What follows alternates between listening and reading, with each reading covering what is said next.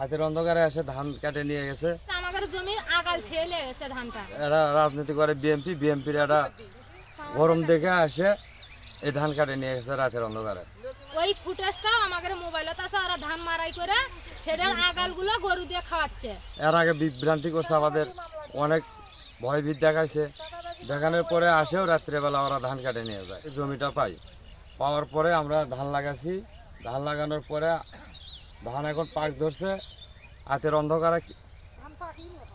রাতের অন্ধকারে এসে ধান কেটে নিয়ে গেছে হলো আজহার অর্ডার দিছে। মোস্তফা ছিল, মোস্তফার বাড়ির জায়গাতে সে ধান আমরা পাচ্ছি হাতে নাতে। পাওয়ার পরে এখন মোস্তফা ওই অবস্থার জমি আমাদের এটা 32 শতক জমি। 32 শতক জমি সম্পূর্ণ ধান কেটে নিয়ে গেছে। জমি কাগজে কলমে সব দিক দিয়ে আমরা ডিগ্রি পাইছি, দলিল আছে। 4টে মামলারই ডিগ্রি আমরা পাইছি। পাওয়ার পরে আসে আমরা জমিতে নামছি। বর্তমান এক মামলা চলমানও রয়েছে।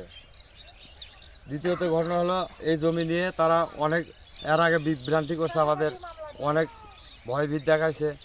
দেখানোর পরে আসেও রাত্রেবেলা ওরা ধান কাটে নিয়ে যায়।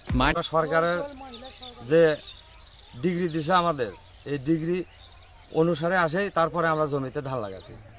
লাগানোর পরে এই অন্ধকারে এসে ওরা ধান নিয়ে যায় কাটে। আজহার, আইজার, হাবিজার, তারপরে হলো মোস্তফা। বিএনপি এরা রাজনীতি করে বিএনপির একটা গরম দেখে আসে এই ধান কাটে নিয়ে গেছে রাতের অন্ধকারে। সকালেই শুনতে পারি যে আমাদের জমির ধানটা কাটে নিয়ে গেছে। পরে তৎক্ষণাৎ আমরা ভেতর চলে আসি। আসার পর দেখি যে আমাদের জমির আগাল ছেলে গেছে ধানটা, হাগুদাগু করে নিয়ে গেছে। পরে আমরা ধানের খোঁজ খবর করতে করতে আমরা তরফ কামাল মোস্তফার বাড়ি যাই, সেই ধানটা পাই।